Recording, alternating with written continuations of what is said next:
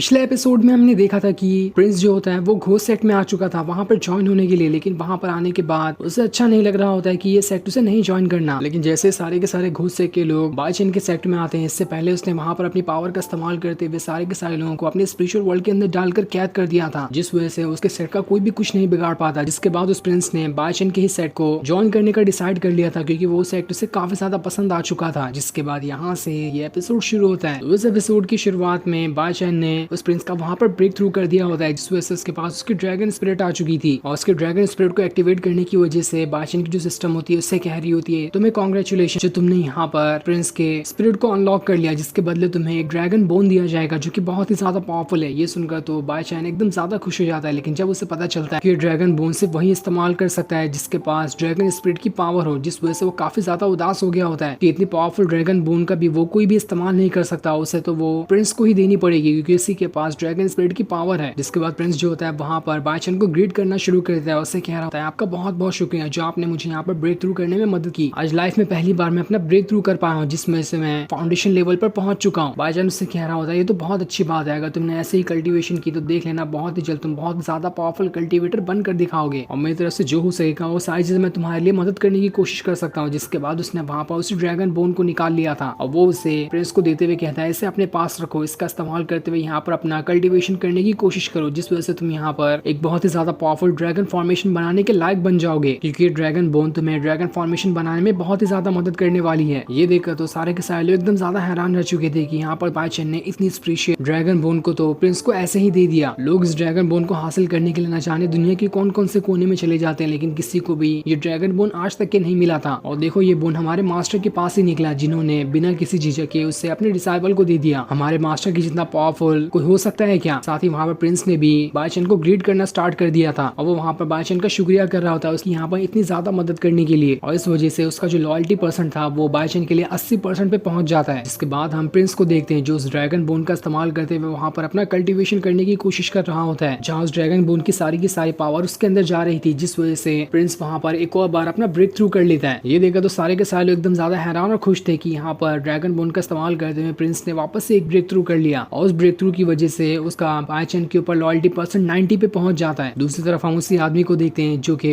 Prince के sect वाला बंदा होता है, वो वहाँ पर जो एम्पायर है उन्हें सारी बात बताता है कि आगे क्या करना चाहिए। उसे वहाँ पर भविष्य का एक विजन आता है, जहाँ उसने ये देखा था कि आगे चलकर प्रिंस ड्रैगन एम्पायर बनने वाला है जो कि बहुत ही ज्यादा पावरफुल होगा, और तब जाकर तो कोई भी उसका मुकाबला नहीं कर पाएगा। ये देखकर तो वो आदमी भी हैरान रह गया होता है कि आखिर प्रिंस ऐसी कौन सी जगह पर चले गए जहाँ पर उनकी कल्टीवेशन पावर इतनी ज्यादा बढ़ती जा रही है। ऐसा ही रहा तो जैसा मैंने विजन देखा है वो दिन दूर नहीं जब प्रिंस ड्रैगन एम्पायर बन के दिखाएंगे। दूसरी तरफ हम बाईचेन को देखते हैं जो तालाब के अंदर मछलियां पकड़ रहा होता है, जहाँ उसे बहुत ही ज्यादा भूख भी लगी थी। जैसे वो वहाँ पर खाना खाने वाला होता है, इससे पहले वहाँ पर सारे के सारे डिसाइपल आ जाते हैं, इसलिए बाईचेन अपने खाने को वहाँ पर छुपा देता है क्योंकि उसके सारे के सारे डिसाइपल काफी टाइम से भूखे थे, और अगर यहाँ पे बैठ के अकेले बाईचेन खाना खाएगा तो उसके डिसाइपल को तो बुरा ही लगेगा। इसलिए वहाँ पर जो सारे के सारे डिसाइपल आए होते हैं वो बाईचेन से कह रहे होते हैं हमने काफी टाइम से कुछ नहीं खाया, क्या हमारे सेट में कुछ खाने के लिए है ताकि उसे खाकर हम अपनी भूख मिटा सके। जिस पर बाईचेन जो होता है वो उनसे भी से कह रहा होता है हाल फिलहाल तो मेरे पास खाने के लिए कोई चीज नहीं है, लेकिन हाँ तुम एक काम कर सकते हो, मेरे स्पिरिचुअल वर्ल्ड के अंदर जाओ और वहाँ पर घोस्ट सेट के जितने भी वेपन होंगे उन सभी को उठा ला, उससे हम यहाँ से दूर जो एक गाँव बसा है उसके अंदर जाकर बेचकर वहाँ से कुछ खाने पीने की चीजें खरीद लेंगे, क्योंकि घोस्ट सेट के सारे लोग तो वहाँ पर जाकर मारे जा चुके हैं और उनके वेपन वगैरह वहीं पर होंगे। जो सुनकर तो सारे के सारे लोग हैरान रह जाते हैं, लेकिन उनके पास दूसरा कोई चारा भी नहीं था, इसलिए वो बाईचेन के स्पिरिचुअल वर्ल्ड के अंदर जाकर सारा का सारा वेपन निकाल लिए होते हैं और वो सभी उन्हें अपनी पीठ पे लाद कर वहाँ से नजदीकी गाँव की तरफ बढ़ना शुरू कर देते हैं, जहाँ वो 2 दिन से चल रहे थे, लेकिन अभी तक उन्हें वो गाँव नहीं मिला होता है। ये देखकर तो प्रिंस बाईचेन से कह रहा होता है आपके पास तो उड़ने वाली पावर होगी ना, क्यों ना आप उसका इस्तेमाल करो, जिसकी मदद से तो हम बहुत ही जल्द उस गाँव में पहुंच जाएंगे, क्योंकि ये सारे के सारे वेपन बहुत ही ज्यादा भारी हैं जिससे हम ज्यादा देर तक नहीं उठा सकते। लेकिन बाईचेन के पास तो असल में उड़ने वाली कोई पावर थी ही नहीं, इसलिए वो वहाँ पर बहाना बनाना शुरू कर देता है। वो उनसे कहता है ऊपर वाले ने जमीन आखिर बनाई किस लिए है, हमारे चलने के लिए ही बनाई है ना, तो हम यहाँ पर उड़े क्यों। बंदे को डाउन टू अर्थ होना चाहिए, यानी कि उसे जमीन पे ही चलते रहना चाहिए, उड़ने की क्या ही जरूरत है। ये सुनकर तो दोनों बेचारे डिसाइपल को दोबारा से सारा का सारा बोझ उठाए आगे बढ़ना पड़ता है। जिसके बाद वो सभी वहाँ से उस गाँव में आ चुके थे। जहाँ आने के बाद बाईचेन सोच रहा होता है कि मैं यहाँ पर आकर क्या चीज खाऊंगा, तब उसे वहाँ पर जूशेन नाम का एक डिसाइपल दिखाई देता है जो कि जमीन पे गिरा हुआ था, क्योंकि उसकी वहाँ पर हड्डियां टूट चुकी थी। ये देखकर बाईचेन की जो सिस्टम होती है उससे कह रही होती है ये तुम्हारे सेट का डिसाइपल बनने के लिए बिल्कुल लायक है, इससे अपने सेट के शामिल कर लो। बाईचेन जब उस डिसाइपल का वहाँ पर बायोडाटा देखता है तो वो एकदम ज्यादा हैरान रह चुका था कि इसके पास तो सुप्रीम बॉडी है जो कल्टीवेशन करने में बहुत ही ज्यादा आगे चलकर पावरफुल पावरफुल होने वाली है, इसलिए वो उसे अपने सेट का शामिल करने के लिए मान जाता है और वहाँ पर वो उसे उठाने की कोशिश कर रहा होता है क्योंकि जूशन जो था वो वहाँ पर गिर के बेहोश हो गया होता है। अब वहाँ पर कुछ सिपाही आते हैं जो सभी